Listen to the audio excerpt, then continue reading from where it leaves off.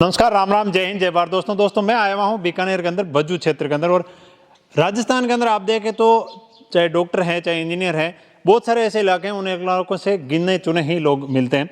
और इस क्षेत्र के अंदर एक मुहिम जो है वो चला रहे हैं। आइए उनसे भी हम जानकारी हासिल करेंगे। साथ में भी बहुत सारे जो मेहमान हैं वो गवर्नमेंट जॉब के अंदर भी हैं, उनसे भी जानेंगे कि क्या जब वो जॉब लगे थे इस प्रकार की कोई मुहिमें चलती थी या नहीं चलती थी, और किस प्रकार जो है बच्चों को बेनिफिट हो सकता है इस मुहिम से, वो सारे जानकारी जो है हम हासिल करेंगे। आपको पढ़ाने का काम से लेके, आपको टेस्ट सीरीज से काम लेके, आपके डाउट से काम लेके, आपके हॉस्टल से काम लेके, मेस से लेके लाइब्रेरी तक का पूरा काम इंस्टीट्यूट करता है। समझ में आ रही है आपको? जब गांव से आप इस गोड़ू गांव से 10 या 12 या 5-7 डॉक्टर बनोगे, तब क्या करोगे? आपका काम होगा किसी भी हर एक तरीके से फील्ड में जाके इस गांव की स्कूल को 11वीं 12वीं साइंस को मजबूत करना। अरे मेरा मकसद ये है कि आपको पीएमटी एग्जाम दे के डॉक्टर बनाना है। उसके लिए आपको गांव में सबसे बड़ी समस्या किस चीज की आती है?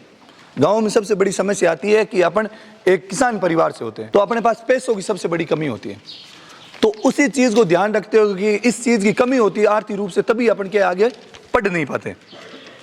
क्योंकि एक पीएमटी की कोचिंग करता है, एक डॉक्टर की कोचिंग करता है, उस बच्चे के सालाना 2 लाख रुपए लगते हैं।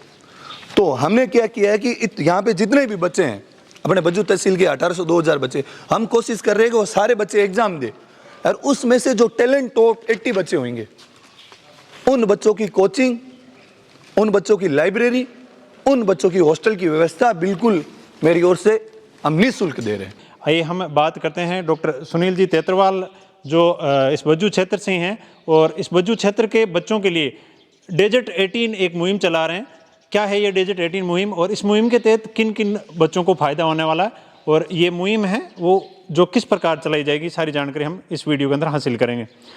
नमस्कार जी। नमस्ते सुनील जी, सबसे पहले तो मैं आपका परिचय जानना चाहूँगा कि बहुत सारे दर्शक जो हैं आपको जानते हैं, लेकिन कुछ दर्शक होंगे जो आपको नहीं जानते होंगे व्यक्तिगत रूप से, तो मैं छोटा सा परिचय आपका लेना चाहूँगा। सर, मेरा नाम डॉक्टर सुनील तेतरवाल है। मेरा गाँव भज्जू है। मेरी अभी पोस्टिंग है वो CSC नोक है, जैसलमेर ब्लॉक आता है वहाँ पे। अच्छा, आप किस पोस्ट पे हैं अभी? Medical officer. Medical officer. Sunil ji, अभी जो आप मुहिम चला रहे हैं वो क्या मुहिम है?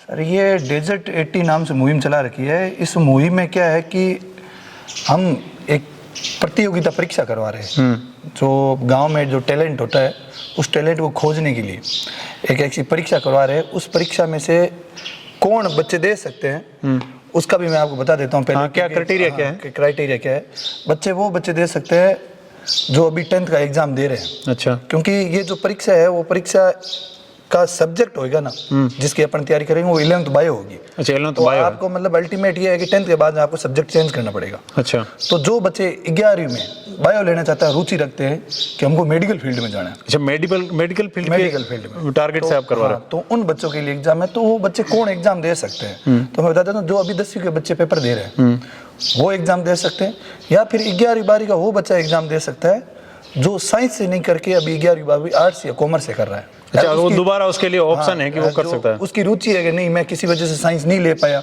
या फिर अभी रुचि जगी है कि हमारे गांव में ऐसी जागरूकता फैल रही है डॉक्टर की पढ़ाई के लिए, तो हमको वापस बायो लेनी है।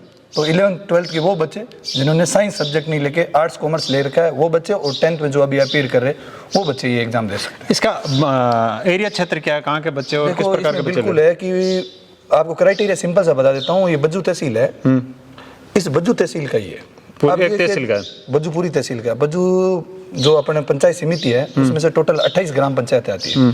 उस 28 ग्राम पंचायत के बच्चे इसमें भाग ले सकते हैं। और सबसे बड़ा एक ये भी थोड़ा बहुत डाउट होता है, वो भी डाउट मैं क्लियर कर देता हूँ।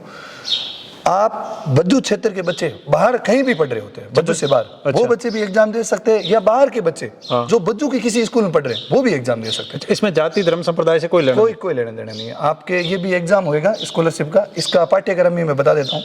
पाठ्यक्रम होएगा क्या कि आपके 10th का जो 10वीं का विषय होता है गणित और विज्ञान, उसमें से क्वेश्चन आएंगे।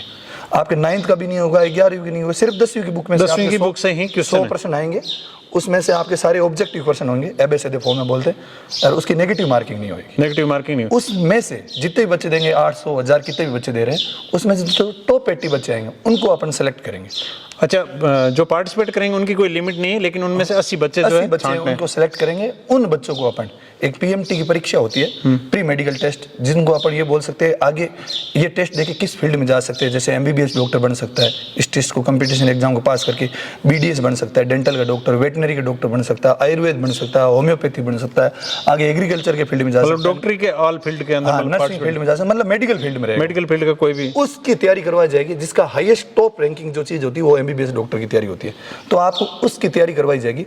उस तैयारी के लिए आपको टॉप 80 बच्चों को निःशुल्क कोचिंग, उनको लाइब्रेरी और निःशुल्क की हॉस्टल की व्यवस्था बिल्कुल यहाँ अपने बज्जू गांव में दे रहे हैं। इसके लिए अभी आप बच्चों से किस प्रकार जो कनेक्टिविटी के लिए देखो, क्या बच्चों यूज को करते कनेक्टिविटी का ये है कि हमने ये एक बार पहले भी करवा चुके हैं। मैं ये पहले भी करवा चुका था, मैं स्पेशलिस्ट रीजन में कराया था, पर वो कोविड का टाइम था जिसमें लॉकडाउन लगा हुआ था, तो हम सारे बच्चों पे जा ही नहीं पाए क्योंकि स्कूलें भी बंद थी।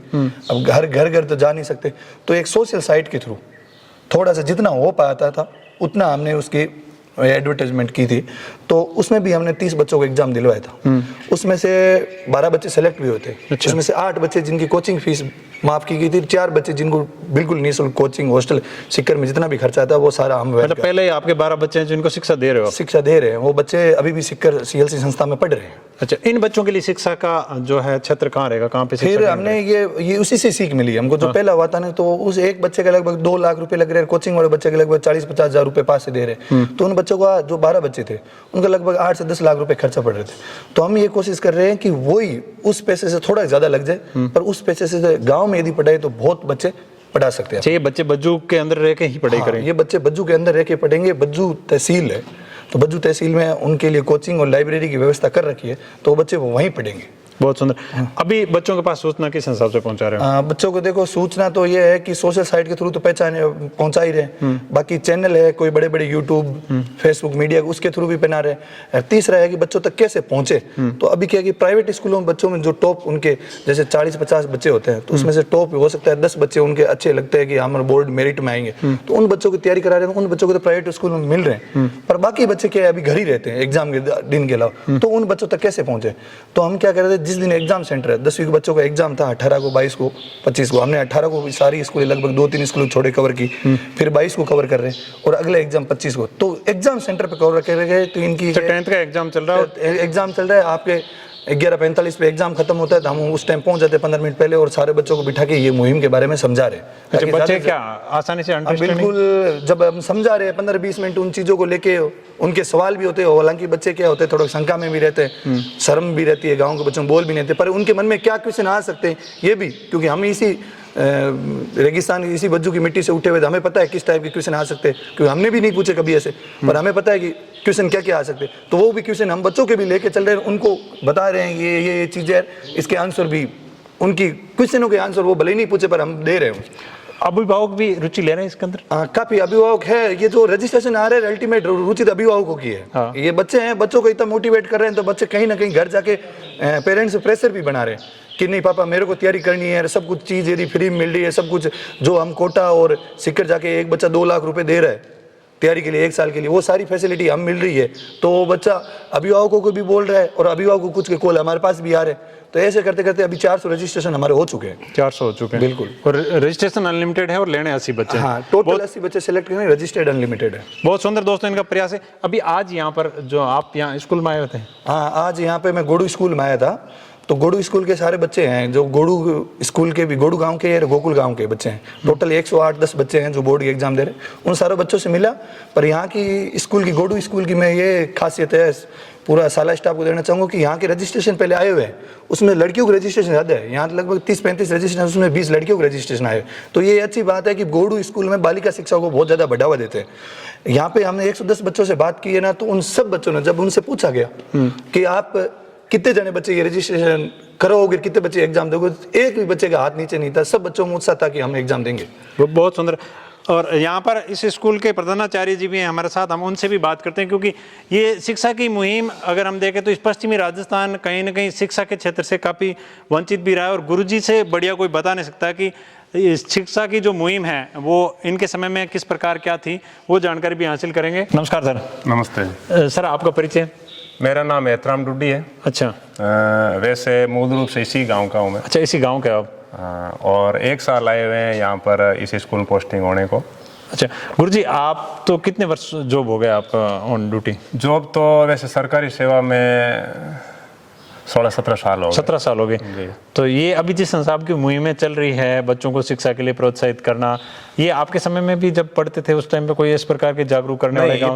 इतनी पहले नहीं थी। हाँ, इतनी पहले नहीं थी। पहले तो किसी दूसरे को देख करके ही अपने आप को खुद को जगाना पड़ता था। हाँ, और अभी वैसे इस मामले में गोड़ू गांव के जो भी बच्चे हैं ना, हाँ, वो इस मामले में यानी इस इलाके में मुझे लगता है दूसरे गांव से आगे।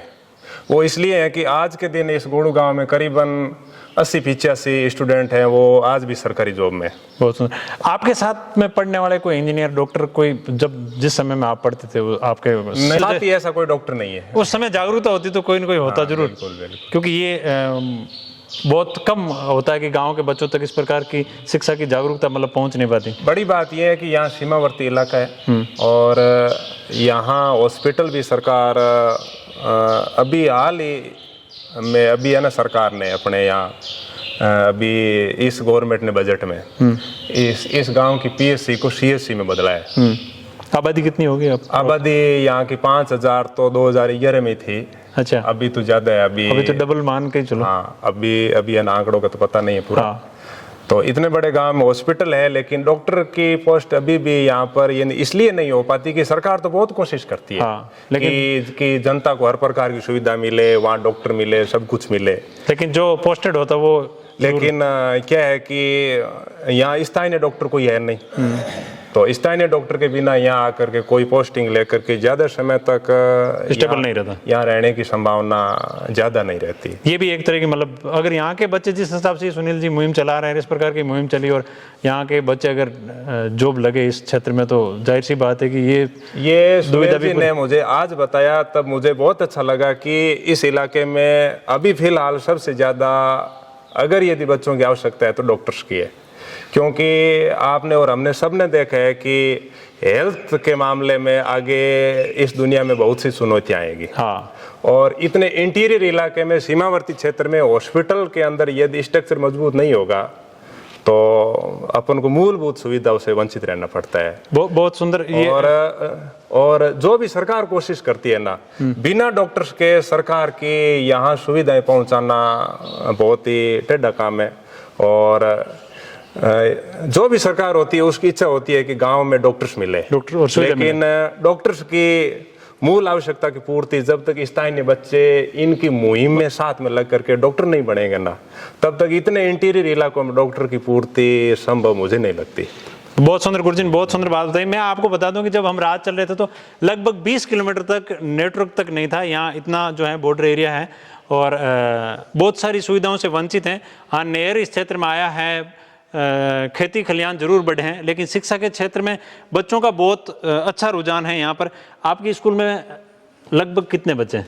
गवर्नमेंट स्कूल है ये? 680 बच्चे हैं। 680 बच्चे गवर्नमेंट स्कूल, 12th है। हाँ, इनमें से आधी बच्चियां हैं। हाँ। और यहाँ का रिजल्ट हमेशा ही अच्छा रहा है और बाकी यहाँ के बच्चों की पढ़ने में बहुत रुचि है। दिक्कत यह है कि यहाँ के बच्चों के क्या है कि एक दूसरे का देखा देखी आगे बढ़ते हैं, मतलब वो मोटिवेशन वाला। टीचर्स बीएसटीसी, बीएड, पटवारी, ग्राम सेवक, पुलिस, इधर वो सजेस्ट भी वही करते हैं क्योंकि जिस चीज से जो कनेक्ट रहा है इधर, यानी हर बच्चा इसी एक ही लाइन में जाने की कोशिश करता है।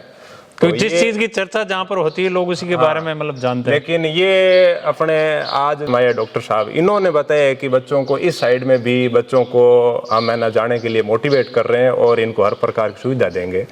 तो ये मुझे तो बहुत अच्छा प्रयास लगा कि बच्चे कम से कम है ना साइंस फैकल्टी की तरफ भी जाए। सुनील जी की जो ये मुहिम है इसमें भी मुझे आशा है कि यहाँ के बच्चे कम से कम 2-4 बच्चे जरूर आएंगे। बहुत सुंदर। और दोस्तों, सरकारी स्कूल में इतने 600 प्लस बच्चे होना ये भी अपने आप में एक बहुत बड़ी उपलब्धि है। और आप भी जिस क्षेत्र में अगर गवर्नमेंट जॉब में है और आप लोग भी इस प्रकार के प्रयास करते हैं तो ज़रूर बताएं। और सुनील जी जो ये प्रयास कर रहे हैं, आप लोगों को ये प्रयास कैसा लगा और आप लोग भी इसके अंदर शामिल होना चाहते हैं तो ज़रूर कमेंट करें। हम आपको इनके कॉन्टैक्ट नंबर भी प्रोवाइड करेंगे। और लास्ट रजिस्ट्रेशन की जो डेट है 5 बिल्कुल 5 मई को शाम को 5 बजे तक है और एग्ज़ाम की डेट है वो 8 मई संडे को है और उसका वेन्यू है वो सीनियर स्कूल बज्जू है। तो दोस्तों, ये जानकारी थी जो इनकी मुहिम चल रही है इसके जुड़ी हुई, और आप लोग भी इस प्रकार की मुहिम चला रहे हैं, आप लोग भी इस प्रकार के प्रयास करें तो जरूर कमेंट करें, और जो लोग इस मुहिम से जुड़ना चाहते हैं वो लोग भी कमेंट करें, ताकि इस प्रकार की एक स्ट्रांग टीम बिल्ट हो जाए जो बैकवर्ड और कम कनेक्टिविटी के क्षेत्र हैं उनके अंदर अच्छी शिक्षा और बच्चों को अच्छा मार्गदर्शन कर सके। हम खुद सक्षम कितने भी हो जाएं, लेकिन हमारे देश की ज़्यादातर जनता को अगर हम सक्षम करने में अपना हाथ बंटाते हैं तो कहीं ना कहीं हम देश के जो विकास के अंदर भी अपना योगदान देते हैं। आपको ये वीडियो कैसा लगा कमेंट करके जरूर बताना। मैं आपका फौजी भाई फिर हाजिर हूँगा किसी एक वीडियो के साथ, तब तक के लिए जय हिंद जय भारत।